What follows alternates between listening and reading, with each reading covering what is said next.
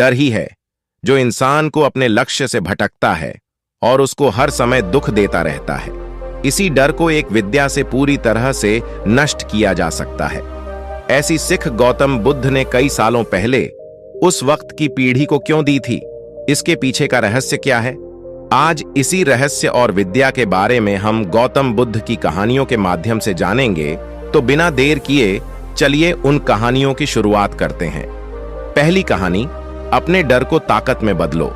भीड़ भाड़ से अलग होकर जब भी कोई इंसान अपने साथ अकेले में समय बिताता है, तभी उसके दिमाग में नाना प्रकार की चिंताएं जन्म लेने लगते हैं।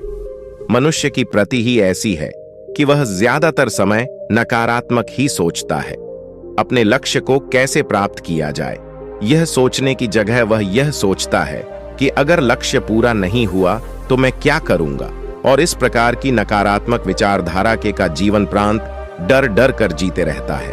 अगर पूरी बुद्धिमानी और सजगता के साथ इस डर को समझा जाए तो यही डर इंसान के पतन का कारण बनता है।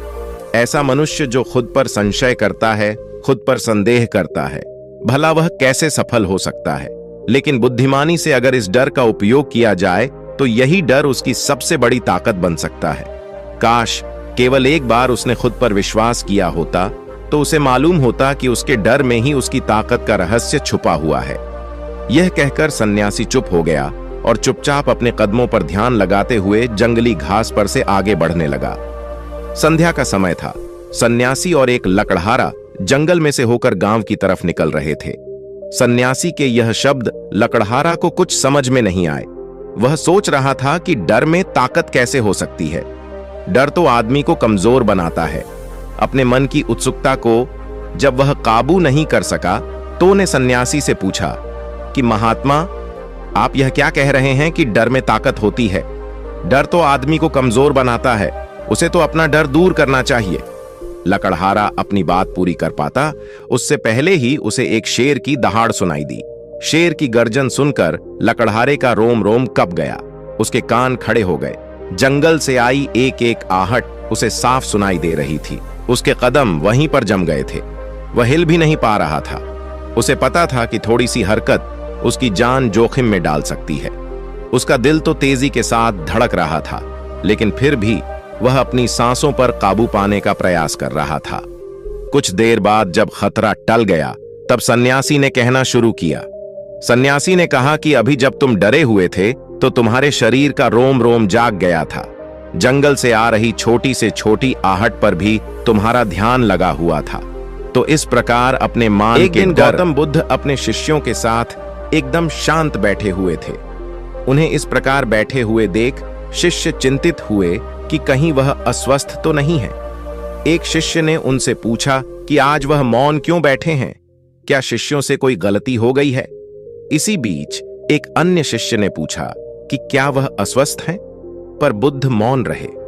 तभी कुछ दूर खड़ा व्यक्ति जोर से चिल्लाया, आज मुझे सभा में बैठने की अनुमति क्यों नहीं दी गई है? बुद्ध आंखें बंद करके ध्यान मग्न हो गए। वह व्यक्ति फिर से चिल्लाया, मुझे प्रवेश की अनुमति क्यों नहीं मिली? इसी बीच एक उदार शिष्य ने उसका पक्ष लेते हुए कहा कि उसे सभा में आने की अनुमति प्रदान की जाए। बुद्ध ने आंखें खोलीं और बोले, नहीं, वह अछूत है, उसे आज्ञा नहीं दी जा सकती। यह सुनकर शिष्यों को बड़ा आश्चर्य हुआ। बुद्ध उनके मन का भाव समझ गए और बोले, हां, वह अछूत है। इस पर कई शिष्य बोले, हमारे आश्रम में जात पात का कोई भेद ही नहीं, फिर वह अछूत कैसे हो गया? तब बुद्ध ने समझाया, आज वह क्रोधित होकर आया है। क्रोध से जीवन की एकाग्रता भंग होती है।